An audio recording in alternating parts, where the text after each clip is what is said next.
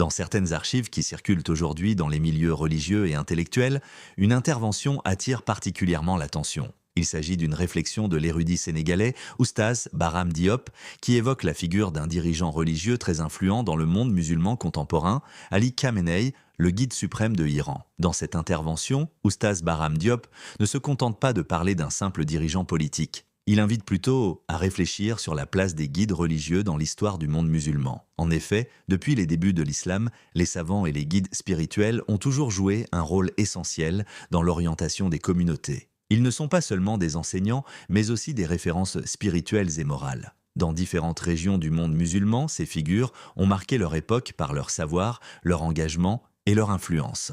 Au Moyen-Orient, certaines personnalités religieuses ont exercé un rôle important dans la direction de leur société. C'est dans ce contexte que s'inscrit la figure d'Ali Khamenei, qui occupe depuis plusieurs décennies la fonction de guide suprême en Iran. Ce poste représente la plus haute autorité religieuse et politique du pays. Mais au-delà de la politique, certains observateurs considèrent que cette fonction possède également une dimension spirituelle puisqu'elle repose sur l'idée qu'un savant religieux peut guider la société. Dans son analyse, Oustaz Bahram Diop explique que l'histoire du monde musulman est remplie de ces figures de leadership religieux. Chaque époque voit apparaître des savants qui influencent profondément leur communauté. Cependant, les formes de leadership peuvent varier selon les régions, les traditions et les contextes historiques. Par exemple, en Afrique de l'Ouest, une figure majeure a marqué profondément l'histoire spirituelle du XXe siècle, Cheikh Ibrahim Niasse, connu affectueusement sous le nom de Baye Niasse.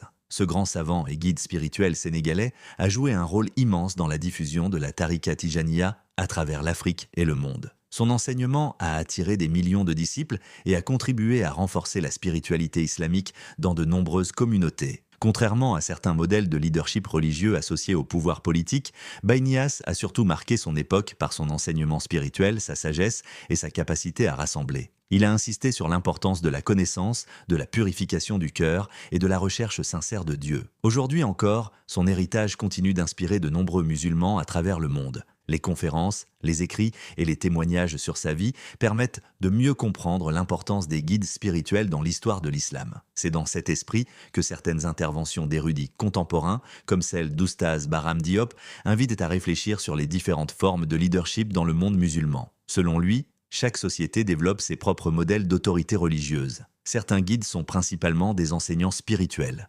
D'autres peuvent être impliqués dans les affaires politiques de leur pays. Mais dans tous les cas, leur influence dépend surtout de leur savoir, de leur intégrité et de leur capacité à guider les croyants. Dans l'histoire islamique, les grands savants ont souvent laissé une empreinte durable grâce à leurs enseignements. Leurs paroles, leurs écrits et leurs actions continuent d'inspirer les générations futures. C'est pourquoi il est important d'étudier leur parcours, de comprendre leur vision et de tirer des leçons de leur expérience.